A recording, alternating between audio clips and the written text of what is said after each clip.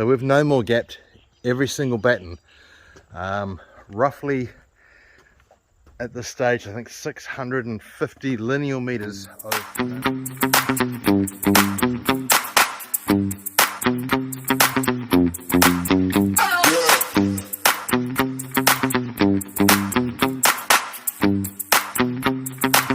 each batten. By no more gapping each batten, it gives you a nice solid look.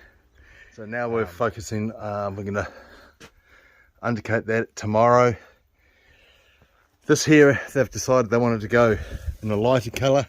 Tell me what you think, but they've decided to go with, get out of the sun, they've decided to go with the dark. They briefly thought they'd go that, but I think it actually detracts from the look of the house. So to say, so far we've used 650 linear meters of no more gapping. I think we've used just under 30 tubes and no more gaps. Now someone might say, well, you know, that's going over the top, but it's not. It's not, because this is the result. You get a nice solid look. There's nowhere for spiders to hide, nowhere for the moisture to sit in behind the batten and cause rot. And the effect, I believe, just makes it a more solid job. Some would say you don't have to do it. Luckily they're not working for me. So that's where things are at. We're actually into, it's almost week 2. But we've had a few short days.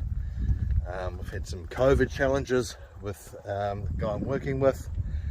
And today, I mean, look at that. Hard to complain. It's definitely winter time though, because this side of the house hasn't seen any sunlight today. So, and this morning was 2 degrees above freezing. In fact, down in the valley down there, some of those paddocks were actually white, so it actually was down to 0. Quick shout out to the scaffolding guys, John. Team Scaffold, I think he calls himself. Very reasonably priced, but also really lovely guy to deal with. He's an expat from the UK. He lives out this way. The price of putting this up was cheaper than getting a mobile scaffold. Way safer, easy to work off. As you can see, we've got 5 boards wide, so that's a good platform to work off if you're ever getting anything done. And when it comes to getting the house painted, they're definitely the guys. They're Auckland wide, so he's got a team up Whangapara, team in Auckland, and out Calcop way. So yeah, well worth it.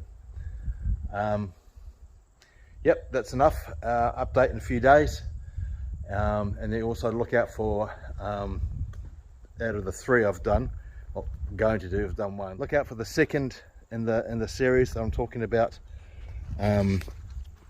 which is to do with this house. So to say, this was ply with batten.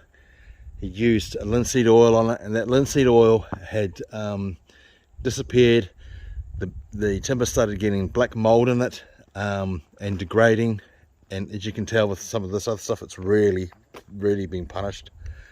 But we've only really just got it in time, so even the ply was starting to break down. There's a couple of areas that we've had to repair, so really he's just got us just in the nick of time. And by painting this house, it's gonna completely transform it, and you're going to end up with a great product that's going to last 15-20 years before it needs a repaint. After about 7 years, we've indicated that at the 7-year mark, he wants to probably put a coat over the front of it, which is because that's what you're dealing with. That when the weather comes, this is the west coast, the weather comes straight in.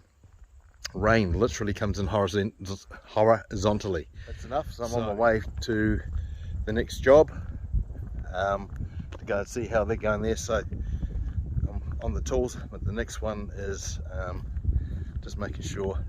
We had a pain in the bum thing happen. They had a water blaster there, and it was around the back of the house. No one should have seen it, but someone's decided that they wanted to take that, so I have to go and buy another water blaster. Little buggers.